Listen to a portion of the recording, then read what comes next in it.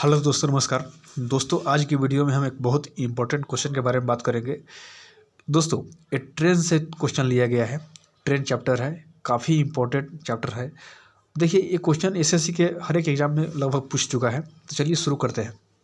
दोस्तों, जैसे कि आपके सामने लिखा गया है क्वेश्चन, समान लंबाई की दो रेलगाड़ी, ठीक है ना, बिजली के एक खंभे को क्रमशः 27 सेकेंड और 24 सेकेंड में पार करती है, तो कितने समय में वे एक दूसरे को पार करेंगी, ठीक है ना, यदि वे विपरीत दिशा में चल रही है, ठीक है ना।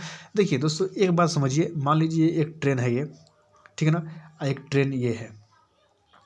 तो ये ट्रेन और ये ट्रेन अगर मान लीजिए एक दूसरे को पार करेंगी, एक दूसरे को जब पार कर जाएंगी, तो यहाँ देखिए एस स्पीड से मान लीजिए है, S1 स्पीड से, S2 स्पीड से।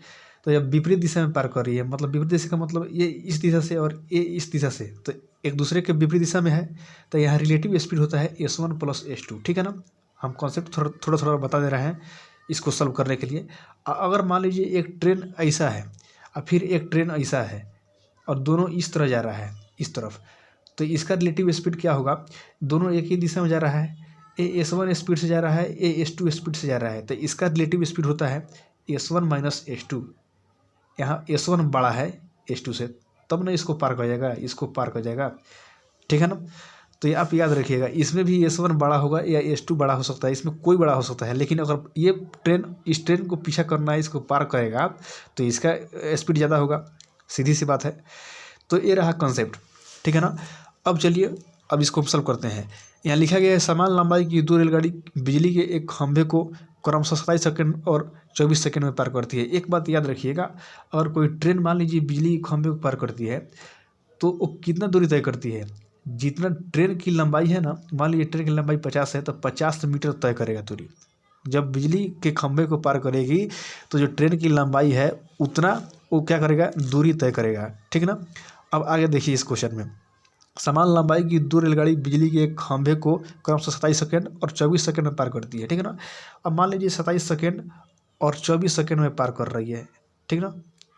याद रखिएगा, इस क्वेश्चन में इसके अलावा कुछ नहीं दिया गया है। पार करती है तो कितने समय में वे एक दूसरे को पार करेंगी यदि वे विपरीत दिशा में चल रही है। तो यहाँ पर ना स्पीड है पता, ना ट्रेन की लंबाई पता है, कुछ पता नहीं है।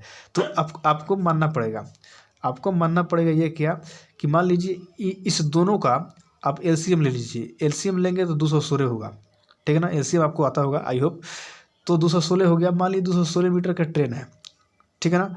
27 में अगर भाग दीजिएगा, कितना से 216 में 27 से भाग दीजिएगा तो कितना हो जाएगा बताइए?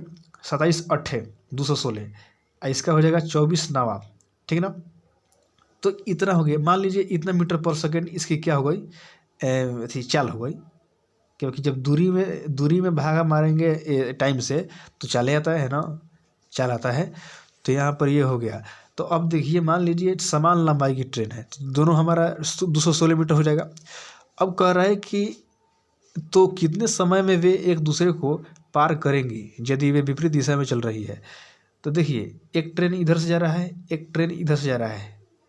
मान लीजिए ये इधर से जा रहा है और ये इधर से आ रहा है। तब विपरीत दिशा में जब आएंगी तो रिलेटिव स्पीड क्या होगा? S1 + S2। लेकिन देखिए, एक बात और समझिए कि ट्रेन जब दो ट्रेन आपस मतलब एक दूसरे की तरफ आ रही है, तो कितना दूरी तय करेगी? दोनों ट्रेन की लंबाई कितना दूरी तय करेगी? याद रहेगा, दोनों ट्रेन की लंबाई के बराबर दूरी तय होगा। तो 216 एक ट्रेन की लंबाई है, अब फिर इस ट्रेन की और इस ट्रेन की लंबाई भी 216 है। अब कितना टाइम में पार हो जाएगा, एक दूसरे को पार करेगा? तो relative speed S1 + S2। S1 हमारा 8 है, या 8 है, 8 + 9 S2। अब इससे भाग दे दीजिएगा तो 432 अब बटा 9 8 17, इससे अगर भाग दीजिएगा तो होगा लगभग 7 दूना 17 दूना 34, ठीक है ना। अब 17 दूना 34 हो गया। अब 92 बच गया, तो 17 17 × 5 = 85 हो जाएगा, ठीक है ना। अब 92, अब उसके बाद कितना हो गया? 92 और कितना बचता है? तो यहाँ 85 या 7 92 होता है, तो उसके बाद 7 बच गया, तो 25 से तो 17 चौका 68, तो इतना बार जाएगा, लगभग इतना बार जाएगा। तो आप देख सकते हैं कि यहाँ 25.4 मीटर पर सेकेंड, सॉरी सेकेंड होगा, सेकेंड मान लीजिए कि इतना सेकेंड लगेगा इसको पार करने में, ठीक है ना। एक दूसरे की ओर ट्रेन आ रहा है तो इसको एक दूसरे को पार करने में 25.4 सेकेंड लगभग लगेगा। तो आई होप कि वीडियो पसंद आया होगा। तो इस तरह से बनता है कि देखिए कितना शॉर्ट में इसको बनाया है, सीधा मान लीजिए बना दीजिए। तो आई होप कि वीडियो पसंद आया होगा। अगर वीडियो पसंद आया है तो मेरे चैनल को लाइक कीजिएगा, सब्सक्राइब कीजिएगा और फिर मुलाकात होगी अगले वीडियो में। Thank you very much guys.